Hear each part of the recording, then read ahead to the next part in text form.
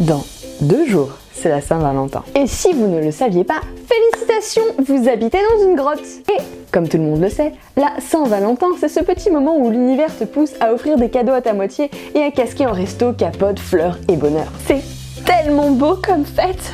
Et toi, Mimi, tu fais quoi pour la Saint-Valentin? Oh, mais t'inquiète pas, un jour tu trouveras marinière à ta taille. Ah mais c'est pas ça! C'est juste que ça me file des crises d'angoisse, cette espèce de guimauve ambiante là! Oh.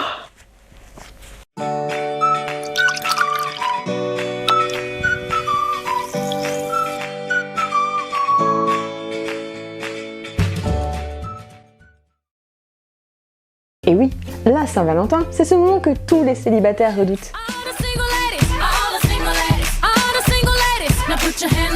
Eh bien oui, parce que tu as la légère, mais alors légère, impression que l'univers te signale sous prétexte que tu ne fais pas partie d'un duo monogame partageant un sentiment réciproque. Ouais, un couple quoi.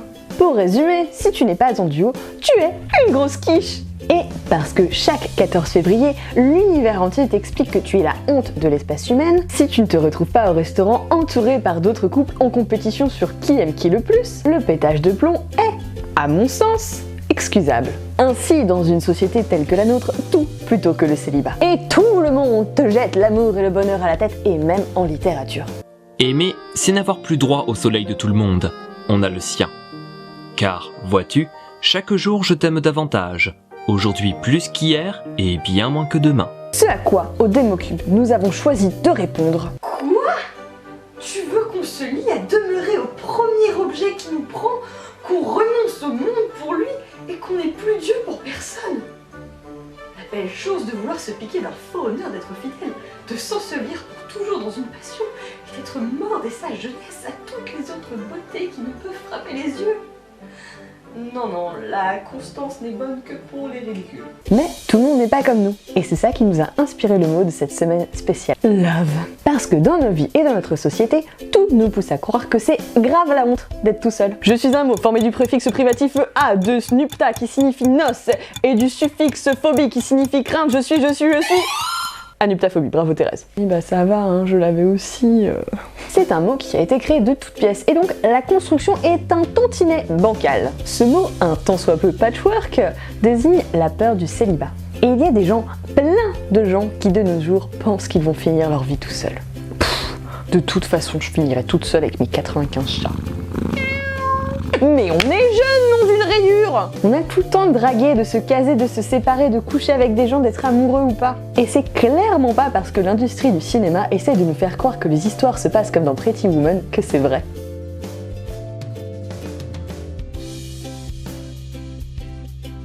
Et dites-vous bien une chose, si Hollywood avait raison, on serait tous sexy sous la pluie. Alors que pas trop, en fait. Bah, sois pas si négative. Oui, certes, l'amour ça peut être drôle, d'un point de vue linguistique. Et en effet, une fois de plus, le français a plein d'expressions loufoques qui sont liées à l'amour. Et si vous ne le saviez pas encore, le français c'est un petit peu notre marotte. Je tiens à préciser que je dis marotte et non pas marmotte. Ainsi, du plus mignon au plus étrange, le Démocube vous propose un petit tour d'horizon des expressions love à un tantinet désuète. Oui, vieille si vous préférez. Oui, par exemple, si vous êtes du genre à craquer pour le premier objet qui vous prend, peut-être avez-vous ce qu'on appelle un cœur d'artichaut.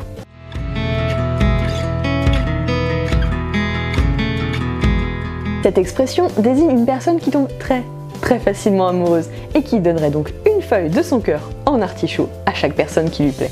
Sinon, sous l'effet d'une passion violente et soudaine, vous pouvez avoir ce que l'on appelle un coup de foudre.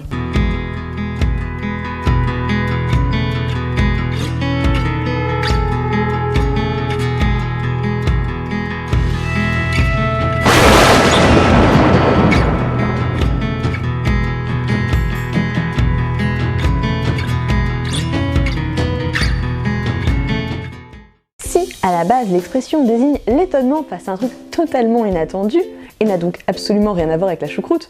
Enfin l'amour. Il désigne par la suite un sentiment d'amour soudain, genre paf, comme ça. Une fois le coup de foudre passé, afin de conquérir votre belle ou votre beau, il ne reste plus qu'à aller lui compter fleurettes. Une fleurette, 2 fleurettes, 3 fleurettes,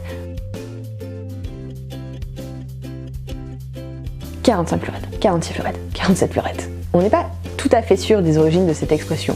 En revanche, nous savons que compter fleurette, ça correspond grosso modo à mitonner. Et comme d'habitude, pensez-vous bien qu'au Démocube, on a notre petit chouchou, notre bichon chéri. Courir le guilledou. Attends, mais ça se décide pas du tout, le guilledou. Pour nos spectateurs les plus jeunes, courir le guilledou signifie chercher à ken. Et pour les autres, courir le guilledou signifie chercher à avoir des aventures galantes. La bagatelle en somme. Sur ces bonnes paroles, je vous laisse retourner à vos moitiés, à vos chats, à vos boîtes de chocolat. Oui, on fait tout ça avec ce qu'on a au final. Et si vous êtes seul pour la Saint-Valentin, vous en faites donc pas, il y a plein de gens bien qui le sont aussi.